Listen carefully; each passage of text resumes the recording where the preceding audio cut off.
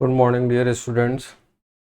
ये अ, मैं अपने चैनल बीएमसी दुर्गापुर पे यूरोडो को जितने भी रिलेवेंट प्रॉब्लम है for IIT JEE advance, not for JEE main and NEET. First of all, अगर आप एक जेई मेन का प्रिपरेशंस कर रहे हैं या नीट का प्रिपरेशंस कर रहे हैं, देन यूरोडो all problem is not relevant for your preparations. तो प्लीज़ बी वेयर, इससे दूर रहें। बस अच्छे प्रॉब्लम है या कॉन्सेप्चुअल है या नहीं बनते इसलिए बनाते हैं, उस चीज़ से दूर रहें। ये उनको ही बनाना है जो आईटी एडवांस के लिए मेनली प्रिपरेशंस कर रहे हैं। तो यहाँ पे मैंने ये थिंक किया है कि जो भी रिलेवेंट प्रॉब्लम है मैक्सिमम, तो मैंने वो डिस्क्रिप्शंस में मेंशन भी कर दिया है कि कौन सारे करने हैं। आपको चैप्टर वाइज मैं सॉल्यूशंस करूँगा इस चैनल पे। और जो ओनली कैलकुलेटिव रहेंगे, जहाँ पे सिंपली आपको बहुत ज़्यादा कॉन्सेप्ट्स की ज़रूरत नहीं है, जैसे ये क्वेश्चन है आप, चूँकि 3.13 इलेक्ट्रोस्टैटिक्स का ये स्टार्ट का सीरीज़ है, डेट्स वाई मैं जो ये सोचा हूँ कि वो कॉन्सिक्यूटिव में हम सारा प्रॉब्लम उठाएंगे उसका। तो ये कैलकुलेटिव प्रॉब्लम है, देख लो क्या आप बोल रहे हैं। तो कैलकुलेटिव है, डेट्स वाई हमने पहले ही कैलकुलेशंस कर लिए और बस इसको एक्सप्लेन कर दूंगा। बट जो कॉन्सेप्चुअल प्रॉब्लम होंगे, जहाँ पे ज़्यादा नीड होगा कॉन्सेप्ट्स का, वहाँ मैं लाइव जैसे होता है उस तरीके से मैं लिखूँगा, हर एक सेंटेंस लिखूँगा, हर एक कैलकुलेशंस करूँगा जो रिलेवेंट होगा। ओके, तो ये कैलकुलेटिव था, डेट्स वाई हमने पहले ही कैलकुलेशंस कर लिया है। तो प्रॉब्लम क्या है, 3.1। हाँ, और ये एक्चुअल जो ओरिजिनल जो बुक है रोडो का, उसमें ऐसे ही सीरीज मिलेंगे आपको 3.1, 2.89, ऐसे ही 3.112 ऐसे ही मिलेगा। तो उसी से मैंने उठाया है, यहीं से स्टार्ट होता है। प्रॉब्लम क्या है, calculate the ratio of electrostatics to the gravitational interaction force between two electrons. हम लोगों को फाइंड करना है इलेक्ट्रोस्टैटिक फोर्स और gravitation force of attraction. Repulsion interaction इसलिए मेंशन है क्योंकि two electron same charge repel, इसलिए इंटरैक्शंस मेंशन है। ग्रेविटेशन में देखेंगे तो अट्रैक्शन है और सेम चार्ज में देखेंगे तो रिपल्सन है। दैट्स वाई यहाँ पे मेंशन है interaction between the two electrons and also two protons. At what value of a specific charge by mass of particle would these forces become equal in their absolute value in case of interaction of identical particles? तो सबसे पहले मैंने electrons के लिए calculate कर लिया, इधर protons का है। तो इलेक्ट्रॉन्स का F E stand for the electrostatic force and F E is equal to Q square upon Q1 Q2। Q यहाँ चार्ज ऑफ इलेक्ट्रॉन्स है बेसिकली, तो Q1 Q2 ये Q square 4πε0 r square, and F G gravitational attractive force जो है gravitational constant, और दोनों चूंकि electron का मास सेम है, डेट्स वाई एम स्क्वायर हो गया and divide by R square. दोनों इन्वर्स स्क्वायर लॉ फॉलो करता है, डेट्स वाई दोनों का आर स्क्वायर है। यहाँ पे कांस्टेंट 1/4πε0 है और यहाँ पे जी। अब इन दोनों का हमने रेशियो ले लिया, तो रेशियो ये टर्म आ गया। अब सबका ऐसा यूनिट प्लेस कर देंगे।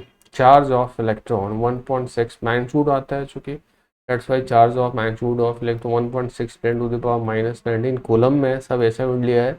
और 1/4πε0 का वैल्यू होता है 9 × 10⁹। डेट्स वाई हमने चूंकि नीचे वाले टर्म को ही हमने 1/, में कर दिया, ये ऊपर चला जाएगा कैलकुलेशंस के लिए, एज जो है उसके टर्म में रिप्लेस कर दिया। जी का वैल्यू, कैपिटल जी का वैल्यू 6.67 10⁻11, ये भी एसआई में। और एम मास ऑफ इलेक्ट्रॉन 9.1 × 10⁻31, और ये भी केजी में आएगा। तो स्क्वायर कर दिया, इसको कैलकुलेट करने पे जो रेशियो आता है वो 4 × 10⁻42।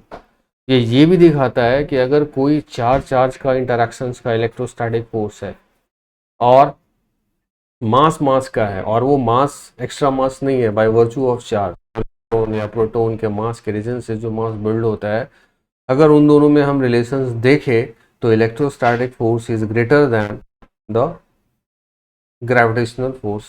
तो चाहे वो अट्रैक्टिव हो चाहे रिपल्सिव हो, हाई मैग्नीट्यूड का होता है और दिख भी रहा है। हाँ, अगर हम एक्स्ट्रा मास ले ले, चार्ज के अलावा वाला मास ले ले, तो ये 42 नहीं रहेगा, बट ऑलवेज ग्रेटर देन होता है। यहाँ से ये भी निकल के आया। तो इलेक्ट्रॉन का निकाल लिया, सिमिलरली हमने प्रोटॉन का निकाल लिया। बस मैग्नीट्यूड चार्ज तो वही होगा, मास का डिफरेंस होगा। इसका मास 1.67 10⁻⁻27 kg, इसके मास से इसका मास, प्रोटॉन का मास ज़्यादा होता है, तो ये बस चेंज होगा, इसका भी रेशियो सिमिलरली ये आ गया। तो जो फर्स्ट पार्ट था, what value of first part था कि electrostatic and gravitational force of interactions का रेशियो, तो दोनों का रेशियो हमने ये और ये रेशियो यहाँ पे फाइंड आ गया। अब पूछा गया कि Q by m, specific charge Q by M का रेशियो, और Q चाहे तो इलेक्ट्रॉन और मास ऑफ इलेक्ट्रॉन, Q या तो प्रोटॉन और मास ऑफ प्रोटॉन, इसका रेशियो अगर इन दोनों को अगर हम आइसोलेट कर ले तो बाकी तो सब कांस्टेंट ही है इनमें। तो जैसे देखो F is equal to F G हमने प्लेस कर दिया, तो दोनों के लिए यहाँ पे वर्क कर रहे हैं, प्रोटॉन के लिए भी और इलेक्ट्रॉन के लिए भी। क्यू स्क्वायर, चूंकि क्यू बाई एम ही पूछ रहा है, तो क्यू स्क्वायर ये एफ ई आ गया इलेक्ट्रोस्टैटिक फोर्स, और ये ग्रेविटेशनल फोर्स। आर स्क्वायर को हमने सिंपली कैंसिल आउट कर दिया, दोनों इनवर्स स्क्वायर लॉ था। क्यू बाई एम का स्क्वायर आ गया ये 4 pi epsilon naught capital G, gravitational universal gravitational constant. तो Q by M root under में आ गया, और क्यू बाई एम दोनों के लिए अपना अलग अलग है, बट क्यू बाई एम का जो वैल्यू आया वो दोनों के लिए सेम ही आया, root under 4 pi epsilon naught G. Value put कर दो सिंपली, 4 पाई एप्सिलॉन नॉट का वैल्यू 9 इंटू 10 1 बाई 9 10 पर 9 और 6.67 10 to the power minus 11 capital G. SI में लेंगे, और एसआई में लेंगे तो चार्ज जो आएगा कूलम, मास केजी, तो ये इसका आंसर हो गया। तो ये एक सिंपल प्रॉब्लम था, इसमें कुछ था नहीं, बस इतना ही देख सकते हैं इसमें। इलेक्ट्रोस्टैटिक फोर्स और ग्रेविटेशनल फोर्स का अगर मैग्नीट्यूड का रिलेशंस देखें तो वो कंपेयर करके यहाँ से दिखता है कि वैल्यू कैलकुलेटिव वाइज कि हाँ electrostatic force is greater than the gravitational force. तो और बाकी ये तो कुछ है नहीं।